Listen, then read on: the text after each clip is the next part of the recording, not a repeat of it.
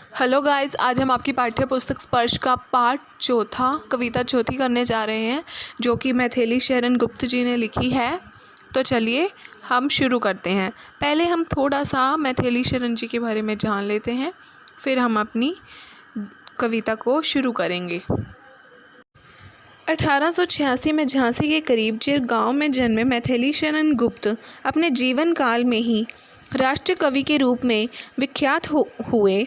इनकी शिक्षा दीक्षा घर पर ही हुई। संस्कृत, बांग्ला, मराठी और अंग्रेज़ी पर इनका समान अधिकार था। गुप्त जी राम भक्त कवि हैं। राम का कीर्ति ज्ञान इनकी चिरसंचित अभिलाषा रही। इन्होंने भारतीय जीवन को समग्रता में समझने और प्रस्तुत करने का भी प्रयास किया। तो चलिए अब थोड़ा सा पाठ प्रवेश पढ़ लेते हैं।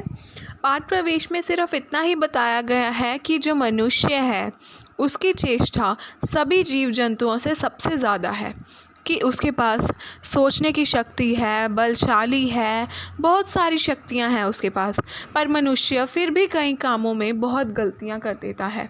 तो चलिए अब हम अपना कविता को पढ़ना शुरू करते हैं। विचार लो कि मृत्यु हो न मृत्यु से डरो कभी, मरो परंतु यूँ मरो कि याद जो करे सभी। अब इसके अंदर कहा गया है कि मरना तो एक दिन सभी को है, किसी को ऐसे तो नहीं है ना कि कोई जिएगा, कि एक दिन मरना तो सभी को ही है, तो मरने से डरना ही क्या। और वो कह रहे हैं कि मरो परंतु यूँ मरो कि याद करें सभी, कि अगर आपको मरना ही है तो ऐसे मरो कि आपको सभी याद करें, आपका दुख ना मनाए कि उसने मेरे साथ ऐसा किया था, उसने मेरे साथ ऐसा किया था, बल्कि कुछ ऐसा करो कि आपको सभी याद करें। चलो आगे पढ़ते हैं। हुई न यो मृत्यु तो व्यर्थ मरे व्यर्थ जिए, मरा नहीं वही कि जो जिया न आपके लिए।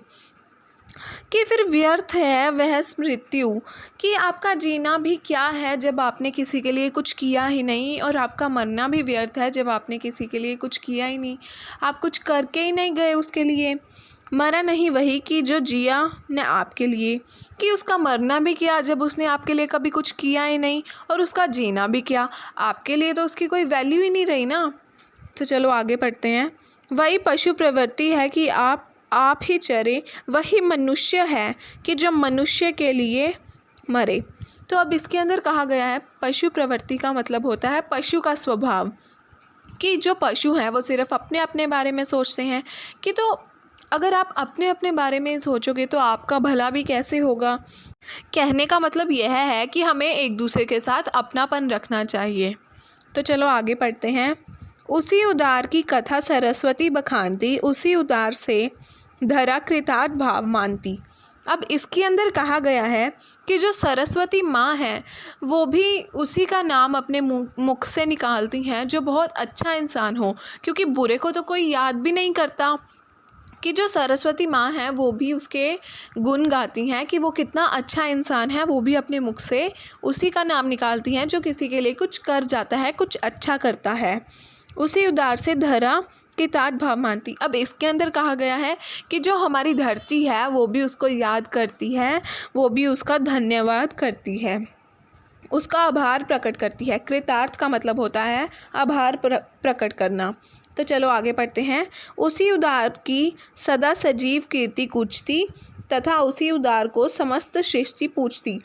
अब इसके अंदर कहा गया है कि जो वो इंसान है जो बहुत अच्छा है उसी का नाम इस दुनिया में लिया जाता है, और उसी की ही मधुर बातें इस दुनिया में की जाती हैं, और तथा सभी उसी उदार को समस्त सृष्टि पूजती। और इसमें कहा गया है कि जो इंसान किसी के लिए कुछ अच्छा कर जाता है उसी को ही हमारी जो सृष्टि है, हमारी जो धरती है, हमारे लोग हैं उसे याद करते हैं। तो चलिए आगे पढ़ते हैं। अखंड आत्मभाव जो असीम विश्व में भरे, वही मनुष्य है कि जो मनुष्य के लिए मरे। अब इसके अंदर कहा गया है कि जो हमारे लिए अच्छा व्यवहार रखता हो, दूसरों में प्यार बढ़ाता हो, अपनापन जगाता हो, वही एक अच्छा इंसान है और उसी को सब याद करते हैं। तो फिर से वही कहा गया है, वही मनुष्य है कि जो मनुष्य के लिए मरे, कि वही एक अच्छा इंसान है जो किसी की मदद कर दे। तो चलो आगे पढ़ते हैं। शुद्धार्थ रंती देव ने दिया करसत थाल भी, तथा दगीची ने दिया परार्थ अस्थि थाल भी। अब इसके अंदर कहा गया है कि जो रंती देव थे उन्होंने भी अपना थाल, अपना खाने का थाल किसी को दान कर दिया था, किसी को दे दिया था। शुद्धार्थ का मतलब होता है भूख से व्याकुल, उसे दे दिया था क्योंकि उसे भूख लगी थी। तो वो कितने दयावान थे, उन्होंने किसी के लिए कुछ किया।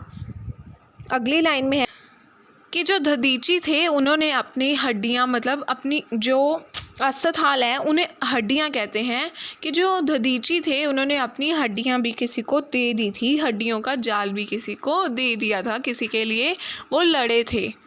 तो चलो आगे पढ़ते हैं। उन्नीशर क्षितिज ने स्वमास दान भी किया, सहर्षवीर कर्ण ने शरीर चम भी दिया।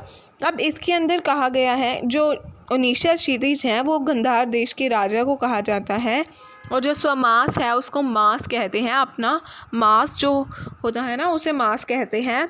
तो इसके अंदर कहा गया है जो उन्नीशर क्षितिज थे उन्होंने अपना मांस भी किसी को दान कर दिया था, किसी को चाहिए, मतलब कि किसी को दान कर दिया था, अपना मांस भी किसी को दान कर दिया था। और जो सहर्षवीर कर्ण थे, जो कर्ण थे ना, उन्होंने भी अपना शरीर का चर्म किसी को दान कर दिया था। तो चलो आगे पढ़ते हैं। अनित्य देह के लिए अनादि जीव क्या डरे, वही मनुष्य है कि जो मनुष्य के लिए मरे। अब ये कह रहे हैं अनित्य का मतलब होता है नष्ट होने वाला, कि जो शरीर नष्ट होने वाला है उसके लिए क्या डरना, उसके लिए तो कोई डरने की ज़रूरत ही नहीं है, क्योंकि हमें पता है जब ये किसी ना किसी दिन नष्ट तो होना ही है। तो ऐसे मत डरो, किसी के लिए कुछ करो, अच्छा करो। तो चलो आगे पढ़ते हैं। सहानुभूति चाहिए, महाविभूति है यही, वशीकृता सदैव है बनी हुई स्वयं ही। अब इसके अंदर कह रहे हैं सहानुभूति का मतलब होता है दया, और महाविभूति का मतलब होता है सबसे बड़ी संपत्ति। तो इसके अंदर कह रहे हैं कि जिसके अंदर दया है उसके पास ही सब कुछ है, जो किसी की मदद कर देता है उसी के पास सब कुछ है। और नेक्स्ट लाइन में कहा जा रहा है कि जो व्यक्ति हमें हमारे कर्तव्य याद दिलाता हो, हमें बताता हो कि क्या सही है क्या नहीं, और जो हमें अपने वश में कर ले, कि हमें अपनी तरफ खींचे, वही सबसे बड़ा भगवान होता है। तो चलो आगे पढ़ते हैं। विरुद्धवाद बुद्ध का दया प्रवाह में बहा, विनीत लोक वर्ग क्या न सामने झुका रहा। अब इसके अंदर कह रहे हैं कि जो महात्मा बुद्ध थे उन्होंने भी अपना दया भाव छोड़ के लोगों के लिए अपना गुस्सा बाहर लाया, कि उनके लिए वो भी लड़े किसी से, कि जो विनीत लोक वर्ग थे वह भी अब उन्हें याद करते हैं कि उन्होंने हमारी मदद की थी, उन्होंने हमारे लिए कितना कुछ किया था। तो चलो आगे पढ़ते हैं। हाँ वही उदार है परोपकार जो करे, वही मनुष्य है कि जो मनुष्य के लिए मरे।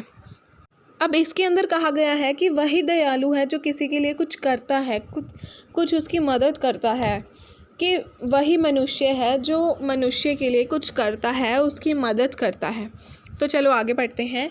रहो न भूल के कभी मंदाद तुच्छ वित्त में, सनाथ जान आपको करो न गर्व चित्त में। अब इसके अंदर कहा गया है कि हमें बिना मतलब का घमंड नहीं करना चाहिए। जो घमंड है वह हमसे सबको दूर कर देता है, बल्कि जब हमारे पास हमारे अपने होते हैं तो हमें ईश्वर को अपने पास समझना चाहिए, और अपने मन में हमें अपने प्रति गर्व होना चाहिए। अनाथ कौन है यहाँ, त्रिलोकीनाथ साथ हैं, दयालु दीन बंधु के बड़े विशाल हाथ हैं। अब इसके अंदर कहा गया है कि यहाँ पे अनाथ कौन है, यहाँ पे अनाथ कोई भी नहीं है जब ईश्वर हमारे साथ है। दयालु दीन बंधु मतलब कि जो दयालु इंसान है उसके पास सब कुछ है, ईश्वर है, उसे संभालने के लिए उसके ईश्वर उसके साथ है। तो चलो आगे पढ़ते हैं। अतीव भाग्यहीन है अधीर भाव जो करे, वही मनुष्य है कि जो मनुष्य के लिए मरे। कि जो अपने भाग्य को बहुत ज़्यादा दोष देता है, जल्दी जल्दी करता है, उतावलापन करता है, वह भाग्यहीन होता है, उसके पास कुछ नहीं रह जाता। तो फिर से वही बात आ गई, वही मनुष्य है कि जो मनुष्य के लिए मरे, कि हमें सबके लिए अच्छा सोचना चाहिए और अच्छा ही करना चाहिए। तो चलो आगे पढ़ते हैं। अनंत अंतरिक्ष में अनंत देव हैं खड़े, समक्ष ही स्वबाहु जो बढ़ा रहे बड़े बड़े। अब इसके अंदर कह रहे हैं कि अंतरिक्ष में बहुत से देव खड़े हैं, जो अच्छा इंसान होता है उसके लिए अपने हाथ आगे कर रहे हैं उनकी मदद करने के लिए। परस्परा वंबल से उठो तथा बढ़ो सभी, अभी आत्मर अंक में अपंक हो चढ़ो सभी। परस्परा वंबल का मतलब होता है दूसरों का सहारा। तो इसमें कहा गया है कि अब दूसरों के सहारे से उठो और आगे बढ़ो और कुछ करके दिखाओ। अभी हमारे साथ देवता खड़े हैं। अब आगे पढ़ते हैं। रहो न यों के एक से ना काम और का सरे, वही मनुष्य है कि जो मनुष्य के लिए मरे। अब इसके अंदर कहा गया है कि हमें एक ही काम से सारा काम को सार नहीं देना चाहिए, हमें ऐसे बहुत से काम करने चाहिए जिससे दूसरों को भी अच्छा लगे और हमें भी अच्छा लगे। तो आगे वही लाइन है, वही मनुष्य है कि जो मनुष्य के लिए मरे, कि वही एक अच्छा मनुष्य होता है जो किसी के लिए अच्छा काम करे। तो चलो अब आगे पढ़ते हैं। मनुष्य मात्र बंधु है, यही बड़ा विवेक है, पुराण पुरुष स्वयंभू पिता प्रसिद्ध एक है।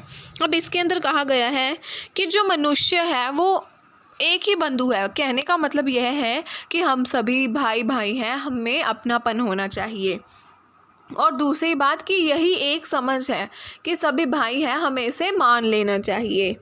और दूसरी लाइन में कहा गया है कि जो हमारे पिता है, पुराणों में लिखा हुआ है, वो सिर्फ हमारे ईश्वर हैं, हमें यह बात मान लेनी चाहिए। तो चलो अब आगे चलते हैं। फलानुसार कर्म के अवश्य ब्रह्मा भेद हैं, परंतु अंतरेक्य में प्रमाणभूत वेद हैं। अब इसके अंदर कहा गया है कि हमें फल के अनुसार काम नहीं करना चाहिए। हाँ, ये कहा गया है कि जो फल हैं वो ब्रह्मा जी देते हैं और उनके ऊपर हमें छोड़ देना चाहिए। और ये भी कहा गया है कि आत्मा की एकता हमें ब्रह्मा जी से ही मिलती है, कि ब्रह्मा जी इसके सबूत हैं कि हम सब में एकता है, हम सब की आत्मा में एकता है। तो हमें फल की इच्छा नहीं करनी चाहिए, हमें फल के बारे में नहीं सोचना चाहिए। तो चलो आगे पढ़ते हैं। अनर्थ है कि बंधु ही न बंधु की व्यथा हरे, वही मनुष्य है कि जो मनुष्य के लिए मरे। अब इसके अंदर कहा गया है कि यह सब अनर्थ है कि जो बंधु है उसके लिए ही वह कुछ काम ना करे, उसकी ही मदद ना करे, कि यह जो बंधु है वही एक साक्षी है कि वह उसके लिए काम करता है, उसकी मदद करता है। तो फिर आखिरी लाइन में वही है, वही मनुष्य है कि जो मनुष्य के लिए मरे। तो चलो आगे पढ़ते हैं। चलो अभीष्ट मार्ग में सहर्ष खेलते हुए, विपत्ति विघ्न जो पड़े उन्हें ढकेलते हुए। अब इसके अंदर कहा गया है कि हमें अपनी इच्छा से आगे आगे खुशी से हर संघर्ष को करना चाहिए, हर संघर्ष करना चाहिए, हर विपत्ति हर विघ्न को पीछे धकेलते हुए हमें आगे बढ़ना चाहिए और अपना काम अच्छी तरह से पूरा करना चाहिए। घटे न हेल मेल हाँ, बढ़े न भिन्नता कभी, अतर्क एक पंथ के सतर्क पंथ हो सभी। अब इसके अंदर कहा गया है कि कभी भी हमें आगे पीछे का नहीं सोचना चाहिए और हमें किसी भी चीज़ में भिन्नता नहीं करनी चाहिए कि वो छोटा है वो बड़ा है। बस अपने मार्ग पर हमें चलते जाना चाहिए और एक सतर्क यात्री की तरह हमें आगे बढ़ते जाना चाहिए। तो चलो आगे पढ़ते हैं। तभी समर्थ भाव है कि तारता हुआ तरे, वही मनुष्य है कि जो मनुष्य के लिए मरे। अब इसके अंदर कहा गया है कि हमें हर वह संभव काम करना चाहिए जो हमें आगे की तरफ खींचे, हमें हर वह काम करना चाहिए जो अच्छा हो और हमेशा दूसरों की मदद करते रहना चाहिए। तो यह कविता हमारी ख़त्म हो चुकी है। मैं आशा करती हूँ आप सबको यह समझ आई होगी और ऐसे ही वीडियोस देखने के लिए हमारे चैनल को सब्सक्राइब कर लीजिए। Okay, take care, bye bye.